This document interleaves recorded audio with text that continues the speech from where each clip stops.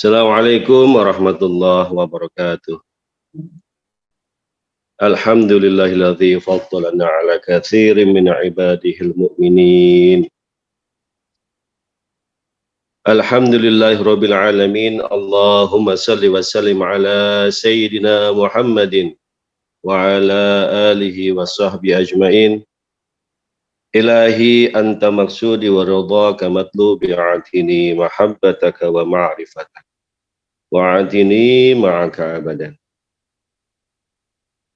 Kehadapan Kanjeng Nabi Muhammad sallallahu alaihi wasallam dan seluruh ahli silsilah Thariq wa Qadiriyah Naqsyabandiyah Mansuriyalaya, khususnya Guru Agung Bangsa Bahaus. Al-Fatihah. A'udzu billahi minasyaitonir rajim. Bismillahirrahmanirrahim. Alhamdulillahirabbil alamin arrahmanir rahim maliki yaumiddin. Iyyaka na'budu wa iyyaka nasta'in ihdinas siratal mustaqim. Siratal ladzina an'amta 'alaihim ghairil maghdubi 'alaihim waladdallin. Amin. Yang sama-sama kita muliakan para alim ulama, para hujaj, para asatidzah semuanya, khususnya para wakil talqin yang hadir sore hari ini, para ikhwan dan akhwat yang hadir sore hari ini dari berbagai macam pelosok penjuru dunia. Puji syukur kita panjatkan kepada Allah Subhanahu wa taala atas limpahan karunia, limpahan karomah, limpahan nikmat yang kita rasakan hingga sore hari ini. Salawat teriring salam untuk Kanjeng Nabi Muhammad sallallahu alaihi wasallam. Semoga kita terus dimampukan, dibisakan untuk istiqomah mengamalkan amaliyah para pecinta kesucian jiwa. Amin ya rabbal alamin. Yang sama-sama kita muliakan para penggerak manakib, Teh Hajah Susi, Umi Syahid, para penyokong manakib, Ibu Hajah Kartini yang ada di Texas sana, yang ada di Inggris, Ibu Wahyuni, yang ada di Indonesia, yang istiqomah melaksanakan amaliyah manakib setiap sorenya. Semoga kita semuanya diberikan kekuatan, diberikan kesabaran, diberikan keistiqomahan. Amin ya rabbal alamin. Ikhwan dan akhwat yang dimuliakan oleh Allah, izinkan sore hari ini saya berbicara kembali yang insya Allah seharusnya para wakil talqin yang memberikan ilmu untuk kita semuanya dalam sesi khidmah ilmiah. Namun karena berbagai satu hal, izinkan saya membadali para wakil talqin tersebut. Ikhwan dan akhwat yang dimuliakan oleh Allah, kemarin sekilas kita sudah membahas apa yang dituliskan oleh Pangersa dalam kitab Fadhailus Syuhur di bulan Zulqa'dah. Mohon izin untuk kemudian mengulas kembali apa yang kemarin pernah disampaikan. Pangersa menuliskan tentang huruf dzal di bulan Zulqa'dah. Beliau menulis fa'amadzalu fi hadza syahri adz-dzauq. Ma huwa dzauq? Wa dzauqu indana huwa nur ma'rifatillah azza wa jalla. Yaqdhifuhul haqqu bitajallihi fi qulubi awliyaihi yufarriquna bihi bainal haqqi wal batil. Ikhwan dan akhwat yang dimuliakan oleh Allah, Pangersa menuliskan huruf dzal dengan makna dzauq ini. Dzauq itu artinya rasa.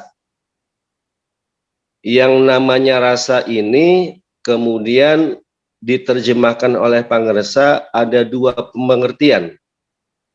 Rasa dalam arti yang itu berkaitan dengan wilayah jasmaniyah dan rasa yang berkaitan dengan makna sifatnya qalbu. Sehingga di sini kita bisa melihat bahwa alat untuk bisa merasakan itu ada dua. Yang pertama adalah lidah, yang kedua adalah qalbu. Pangersa di paragraf awal menjelaskan apakah rasa itu, apakah zauk itu. Di sini ingin menjelaskan alat yang pertama yaitu lidah.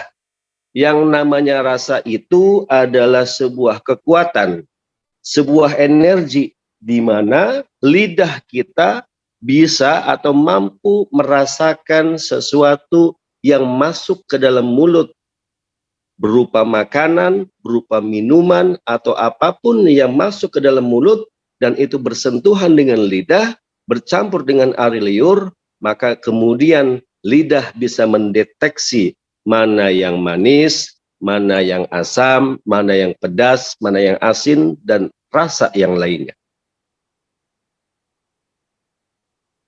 Yang kedua, Pangersa ingin lebih dalam lagi, bahwa zauk di sini arahnya kepada wilayah kalbu, bukan kepada wilayah fisik. Karena beliau menjelaskan, zauk itu adalah cahaya ma'rifatullah azza wa jalla yang Allah masukkan ke dalam hati para walinya dengan melalui tajalinya.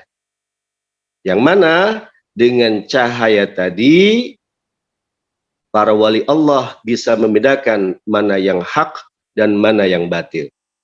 Nah, ikhwan dan akhwat, ini ada dua alat rasa yang berbeda.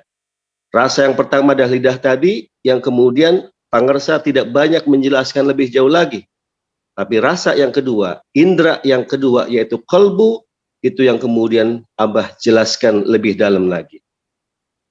Bahwa zauk yang dimaksud yang di sini adalah zauk, yaitu kalbu, kekuatan kalbu untuk bisa mendeteksi mana hati yang bisa merasakan sesuatu yang hati itu menjadi susah, hati menjadi sengsara.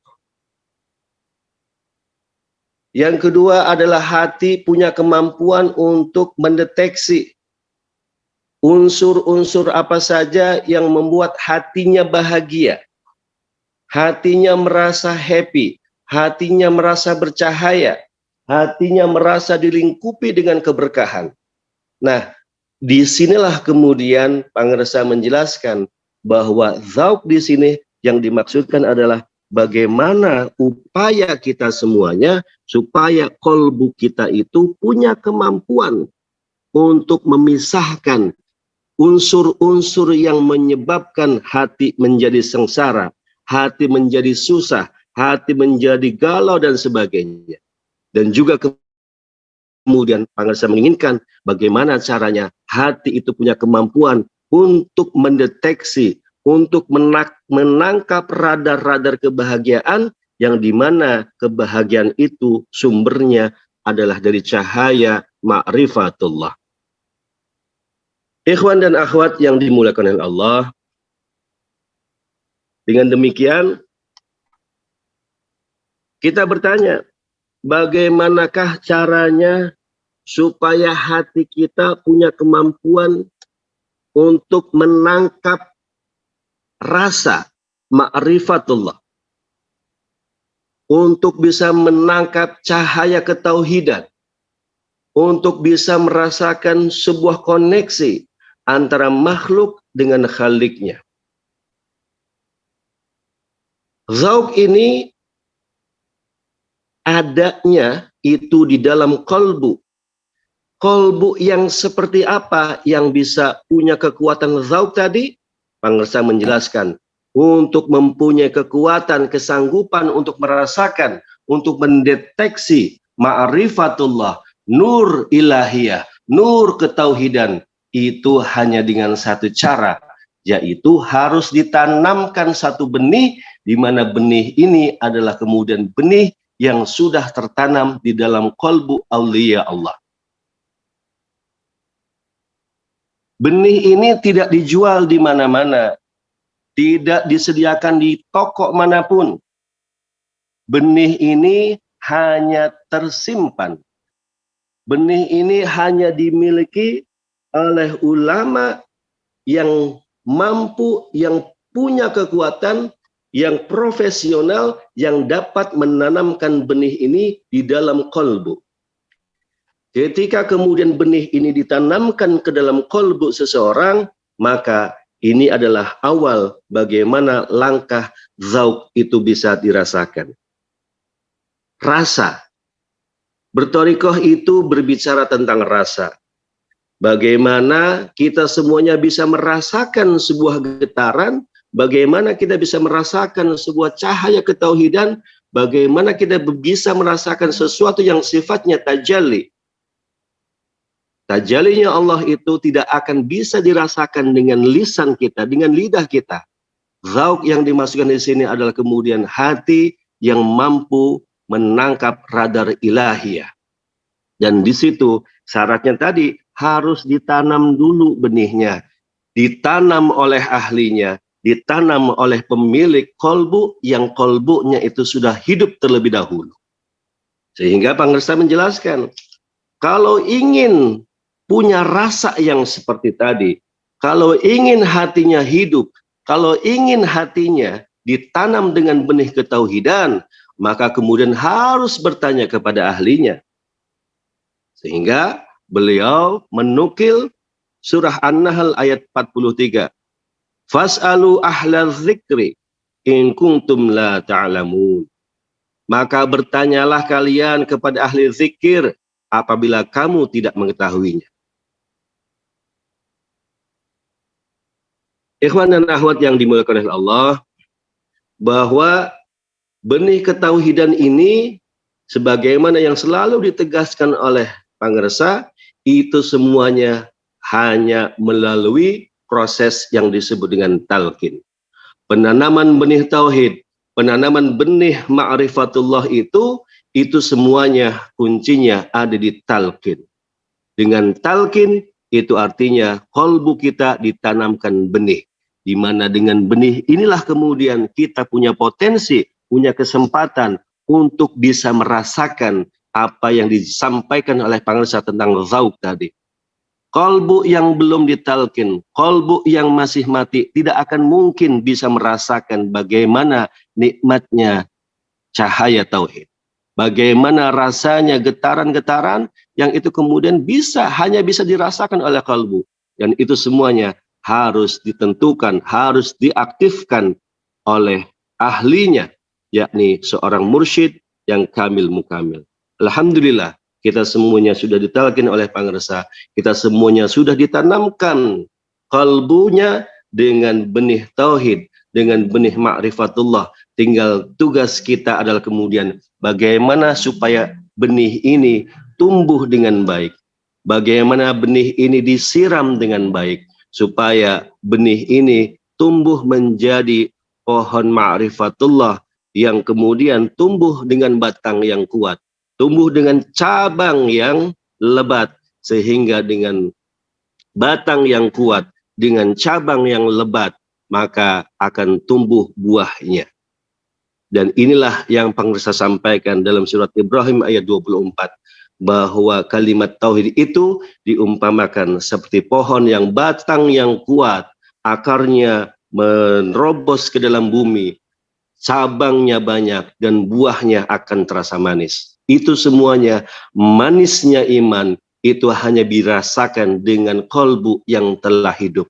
Zauknya iman, rasanya iman, manisnya iman, itu semuanya adalah hasil daripada riyadoh hati, riyadoh jasmani. Semuanya diriyadohkan supaya kemudian rasa tentang keimanan, rasa tentang cahaya Allah itu bisa dirasakan oleh kalbu kita. Ikhwan dan akhwat yang dimuliakan oleh Allah, bahkan Pangersa menjelaskan, beberapa kali mengatakan, meskipun ada seorang kiai yang mempunyai kekuatan, yang mampu membaca kitab kuning dengan baik, kitabnya di mana-mana, muridnya banyak sekali, tetapi kalau kemudian kiai tersebut belum ditalkin, maka bisa dipastikan kiai tersebut belum tahu tentang zauk yang dijelaskan dalam Fadhailus Syuhri ini. Ikhwan dan akhwat, kita semuanya punya kesempatan yang sama. Kita semuanya adalah murid-murid yang diberikan kekuatan, diberikan kemampuan untuk melakukan eksplorasi, berimajinasi, supaya kemudian kita semuanya sebagai murid mempunyai kemampuan untuk meningkatkan kemampuan diri, untuk meningkatkan keimanan kita, untuk meningkatkan ketakwaan kita dengan berbagai macam cara. Dan yang paling simpel, yang paling ditekankan oleh pengusaha dengan melaksanakan amaliyah yang 24 jam yang dicontohkan oleh guru kita, itu adalah cara yang paling mudah, cara yang paling kuat, cara yang paling cepat, supaya kemudian zauq kita, hati kita, qalbu kita terus semakin meningkat, terus terbang, terus sampai kemudian akhirnya kita bisa merasakan tajalinya Allah. Bisa merasakan bagaimana Allah itu menyingkap dirinya, dan kemudian singkapan yang tidak serta-merta, singkapan Allah yang kemudian itu hanya sewaktu-waktu itu ditangkap oleh kalbu. Tajali itu sifatnya adalah karamah. Tajali itu adalah kebahagiaan bagi seorang salik yang terus mencari bagaimana caranya dia bisa bertemu, berkoneksi dengan Allah Subhanahu wa Ta'ala. Dan itu semuanya bisa dilakukan hanya dengan bimbingan seorang syekh, seorang mursyid yang kamil mukamil. Maka tugas kita semua adalah terus bagaimana kita semuanya bisa bersuhbah kepada guru kita, baik suhbah yang sugra maupun suhbah yang kubra. Ikhwan dan akhwat yang dimuliakan oleh Allah, wilayah zauq ini adalah wilayah yang kemudian secara teori ini seolah-olah susah untuk kemudian sampai ke sana. Tapi sesungguhnya bahwa yang pangersa tegaskan, untuk bisa merasakan zauq itu kuncinya adalah sejauh mana kita menggedor kalbu, menghancurkan karat-karat yang ada di dalam kalbu. Zauq itu bisa terjadi, zauq itu bisa kemudian terasa ketika kemudian kita bisa melakukan zikir jahar di atas rata-rata. Dengan zikir jahar yang di atas rata-rata inilah yang kemudian menjadi alat supaya kemudian hati kita bisa lebih bening lagi, hati kita bisa lebih cerah lagi, sehingga kemudian rasa-rasa yang sifatnya sir, rahasia-rahasia yang kemudian sifatnya gaib, itu bisa ditangkap oleh kebeningan hati. Kebeningan hati inilah yang menjadi target bagi kita semuanya, supaya kemudian dengan beningnya hati, nafsu kita itu bisa dikekang, nafsu kita bisa dikendalikan, sehingga tajalinya kita itu adalah munculnya akhlak yang sempurna, akhlak yang baik, ibadah yang istiqomah.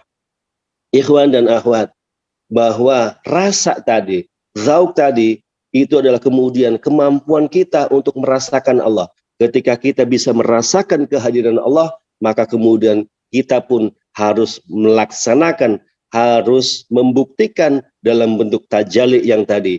Tajalinya kita itu adalah di perbuatan, perkataan, dan ibadah kita semuanya.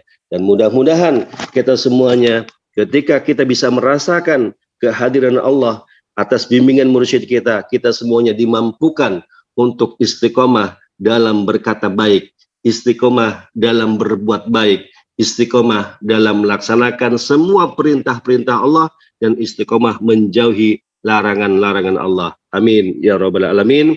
Berkah semuanya, segalanya, selamanya. Terima kasih atas semua perhatian dari ikhwan semuanya. Mohon maaf apabila ada kesalahan. Semua kesalahan datangnya dari saya, kebenaran pasti datangnya dari Allah. Bikaramdi pangasabaos. Al-Fatihah. A'udzubillahi minasyaitonirrajim. Bismillahirrahmanirrahim. Alhamdulillahirabbil alamin. Ar-Rahmanir-Rahim Maliki yaumiddin. Iyyaka na'budu wa iyyaka nasta'in. Ihdinas siratal mustaqim. Siratal ladzina an'amta 'alaihim ghairil maghdubi 'alaihim waladdallin. Amin. Assalamualaikum warahmatullahi wabarakatuh.